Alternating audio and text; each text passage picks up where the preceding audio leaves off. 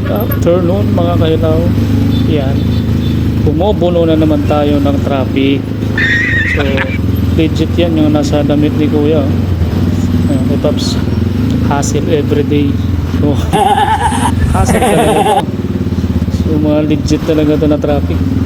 So, today is a Friday. So, biyahe tayo papuntang Tamkrami. So, dito tayo ngayon sa may Luzon Avenue sa Quezon City.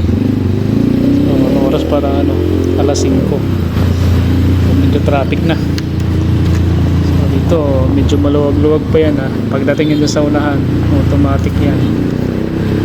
So, pag dito ka kasi sa Maynila, pag hindi ka marunong sumingit-singit at takot kang sumingit, siyempre normal na talaga dito sa Pilipinas ang sumisingit, pero siyempre umiiwas tayo sa pagiging kamote.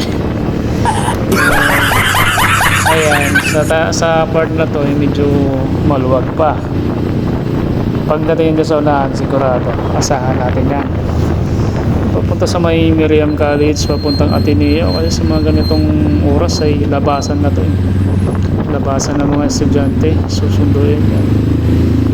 Kaya inagahan ko ng pagbiyahe dahil pagka maya pa ako itong konti, malamang hindi ganito kaluwag yan, tikitan na yan, wala nang gaanong galaw-galaw. So usad pagong yan dito to yan, o diba? Dito pa lang papunta yan doon sa may Miriam College o Ateneo, kanya na yan kahaba yung traffic dito. So syempre sanay na tayo sa mga ganito. Kaya pag hindi ka marunong sumingit-singit dyan, talagang aabutin ka ng siyam-siyam sa kalsada mga kailaw. Kaya sanayan lang din talaga, sanayan lang.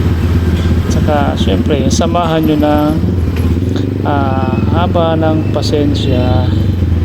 Diba, may mga kagit-gitan man kayo, huwag agad uminit ang ulo.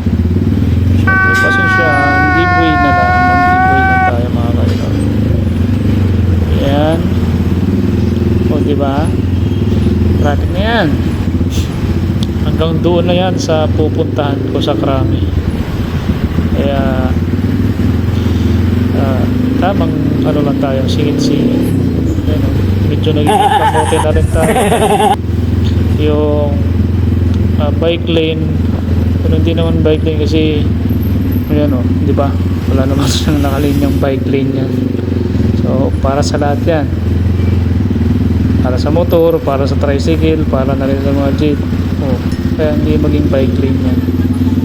Kaya pagka hindi ka marunong sumingit-singit dito, abutin ka ng gabi rito mga kailaw. Kaya anong oras ka umalis ng bahay nyo? Pwede na!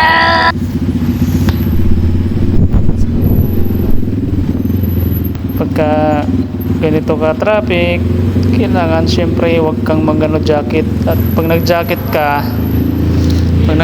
ka pagdating mo doon sa pupuntahan mo, naliligo ka na sa pawis. Ride